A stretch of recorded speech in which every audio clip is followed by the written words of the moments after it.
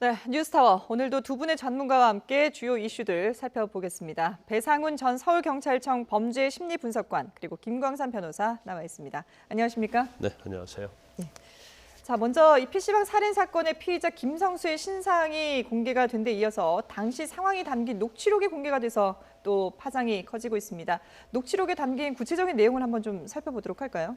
예, 녹취록 자체가 첫 번째는 그 피의자의 동생이 먼저 예. 신고를 한 것 같습니다. 근데 신고 내용이 조금 모호한 부분이 있습니다. 왜냐하면 그 내용 자체가 첫 번째가 뭐 이 일을 좀 키워, 그 다음에 누가 지금 손님한테 뭐 욕하고 있다, 이거를 네. 닦아달라고 했는데 말씀 못하는데 마치 남이 하는 거잖아요. 예. 자기와 자기 형이 그 상황인데, 그죠? 그리고 뭘 일을 키우라는 건 무슨 의미인지, 그리고 누가가 아니죠. 왜냐하면 그거는 저기 아르바이트생을 그렇죠. 얘기하는 종업원이라고 거죠. 해야 예. 되는데, 전 이 상황은 상당히 좀 애매한 부분이고, 이건 첫 번째 신고고요. 네. 그 다음에 한 4분 정도 뒤에 이제 네. 피해자분께서 이제 신고를 하시게 됩니다. 그래서 손님이 욕설을 하고 있어갖고 말려주세요라는 과정에서 경찰이 출동해갖고 끊게 됩니다. 예. 그 상태가 이제 첫 번째 현장의 상황이고, 그 뒤에는 이제 그 살인이 벌어진 후에 그걸 목격한 시민들에 의해서 급박하게 이제 신고가 돼서 빨리 네. 와달라고 하는 두 번째 신고가 이제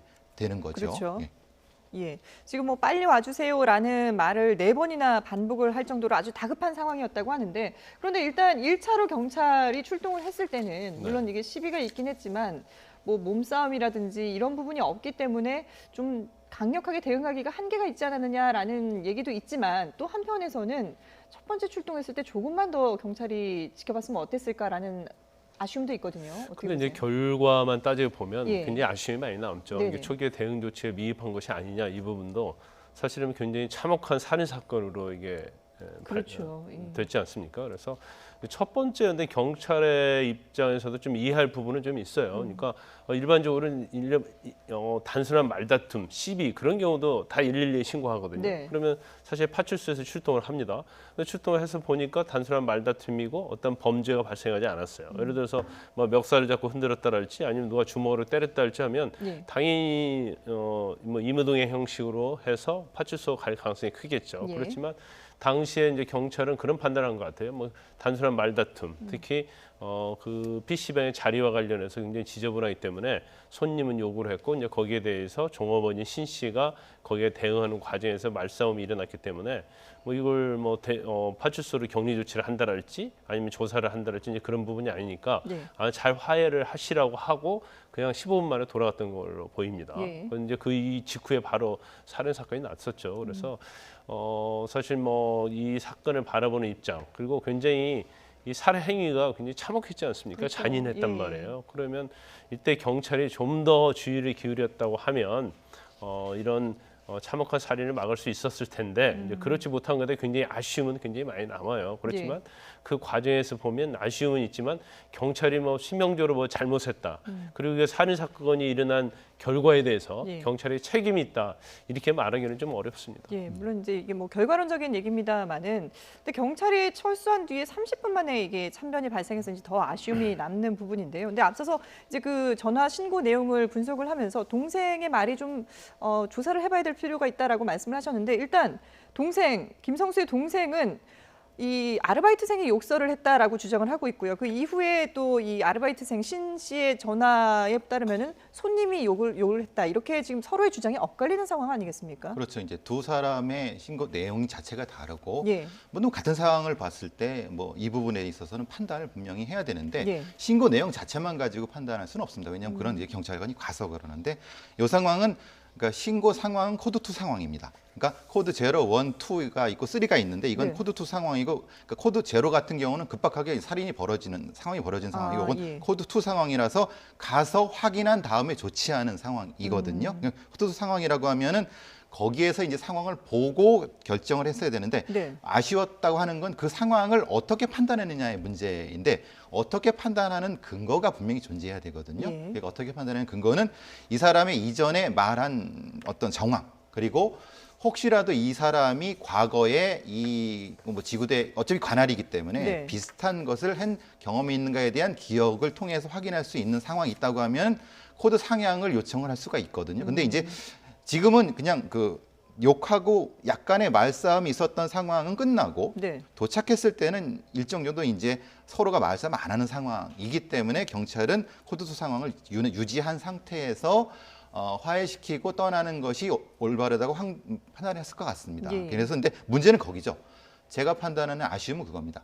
분명한 상황은 앞에 동생의 신고 내용이 약간 좀 이상한데 그리고 상황이 지금 상태에서 이것이 분노가 유지되는가 아니면 지금 사그라들었는가의 판단을 사실은 했어야 되는 부분이 됩니다. 근데 지금 상황에서는 우리나라의 코드2 상황에 대해서 어떤 지구대 경찰도 그걸 상향을 요청하는 정도까지는 사실은 어렵습니다. 매뉴얼 자체 거기까지 구체적이지 않습니다. 네. 그래서 이제 사실은 지금 아쉬움과 근데 이거를 지구대 분들한테 책임을 묻기가 어려운 부분. 근데 공존하고 있는 겁니다. 예. 요것을 어떻게 사실은 그래서 이제 콜백 시스템이라는 게 있긴 있거든요. 뭐냐면 콜백 시스템이라는 건 사후에 이 상황이 정리됐을 때 다시 한번 신고자한테 확인 전화하는 시스템이 예. 있는데 이건 작동되지 않은 것 같습니다. 예. 그 콜백 시스템은 그러면은 몇 분 후에 이걸 확인을 하게 되는 그러니까 건가요? 그것도 이제 코드에 따라 다른 거죠. 왜냐하면 지금 코드2 상황이기 네. 때문에 만약에 이게 여기서 판단했을 때 현장 상황에 판단했을 때 그래도 좀 확인해 봐야 된다라고 하면은 좀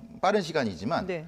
한 2시간 뒤에 흔히 말하는 할 수 있다라고 하면 그것도 가능하기 때문에 명확한 형태의 시간 제한 같은 경우는 사실 어려운 건 뭐냐면 지금 상황은 뭐냐면 지구대의 그 페트롤카가 돌아다니고 있는 상황입니다. 예. 그러면 신고가 들어오고 출동하고 다음 신고가 들어와서 예정되어 있는 상황일 수 있습니다. 그러니까 여기서 빨리 정리하고 거기로 옮겨가야 될 상황일 수 있기 예, 때문에 이건 모르겠습니다. 진짜 그게 됐는지. 네네. 그래서 콜백이 안 되었을 수도 있고 그건 모르겠습니다. 왜냐하면 그건 확인을 해봐야 되는 부분이기 예. 때문에 그렇습니다. 어쨌든 이런 현장에 출동할 때 경찰의 매뉴얼이 코드 제로부터 코드 3까지가 있고 이 상황은 이번 이 상황은 한 코드 2 정도로 서로의 이제 그냥 실랑이가 있는 정도로 판단을 했기 때문에 좀 더 적극적인 그 대처를 할 수 없었다 이런 이제 판단을 해주셨는데 근데 지금 김성수의 동생이 현장에 같이 있었고요. 그리고 이 공개된 CCTV를 보면은 뭐 피해자의 팔을 잡는 듯한 그런 모습도 보이면서 공범이냐 아니냐 이런 논란도 계속되고 있습니다.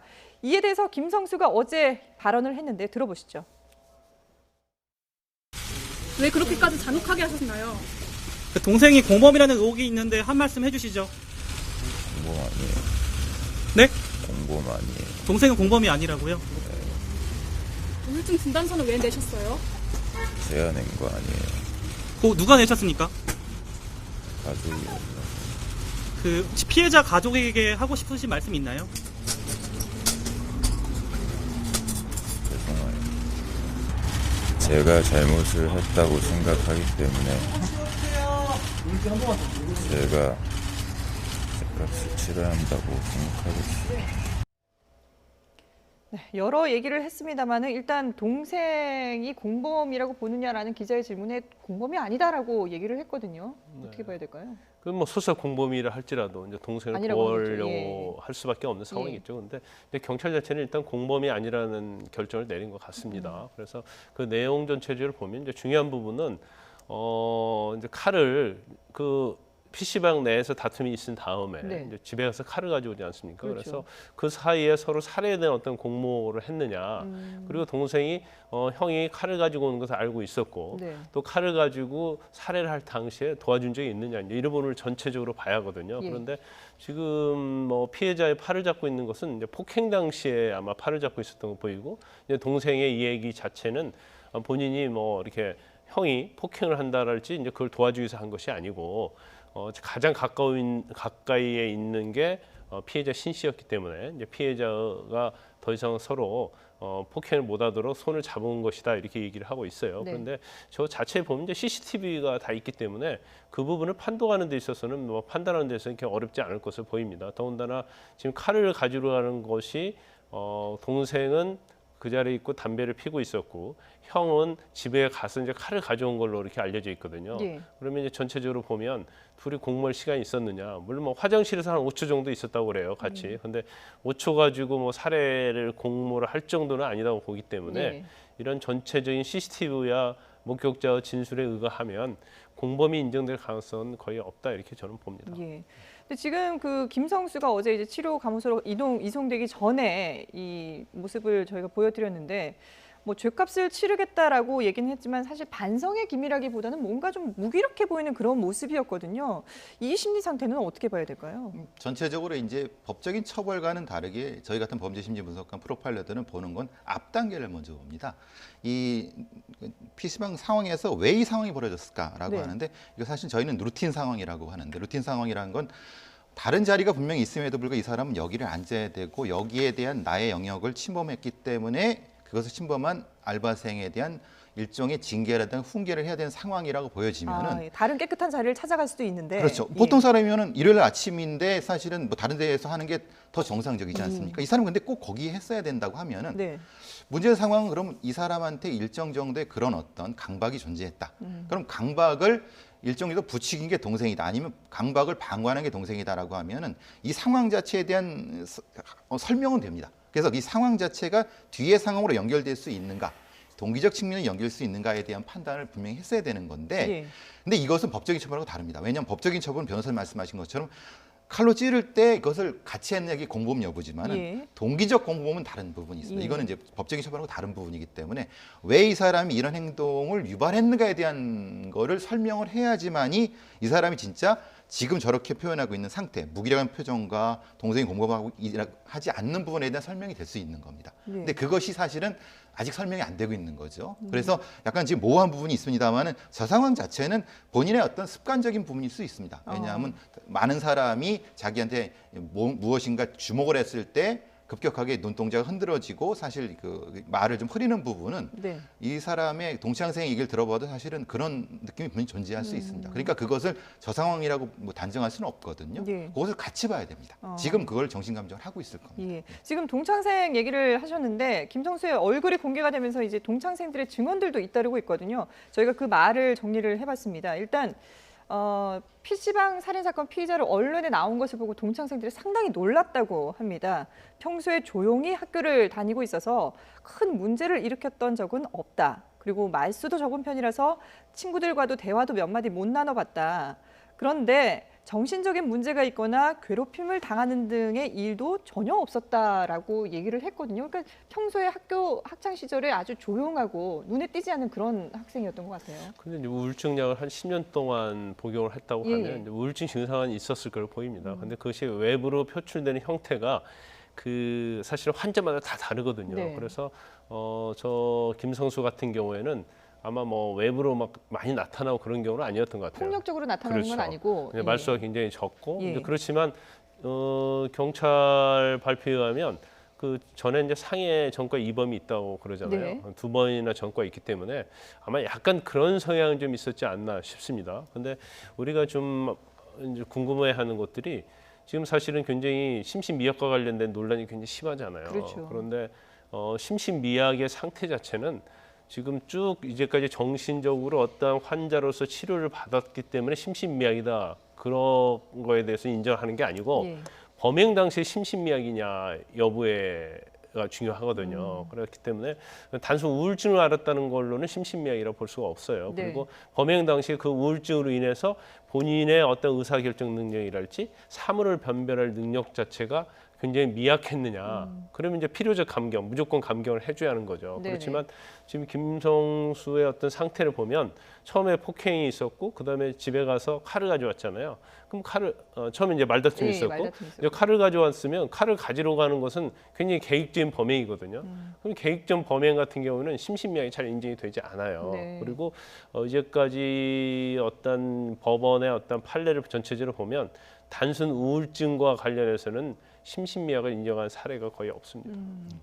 예, 지금 정신질환 환자의 범죄가 4년 새 44%가 급증했다 이런 통계도 나와 있는데 사실 뭐 정신질환자라고 해서 무조건 다 범죄자로 볼 수는 없지 않겠습니까? 그런데 또 이런 그 범죄 관련 범죄가 늘어나는 걸 보면 또 그렇다고 이렇게 마냥 손 놓고 있을 수만은 없을 것 같은데 어떤 대책들이 필요할까요? 기본적으로 이게 판단이 좀 잘못돼 좀 오해가 생기는 건 의증이 있습니다. 의증. 말하자면 우울증, 의증, 조현병 의증이라는 거죠.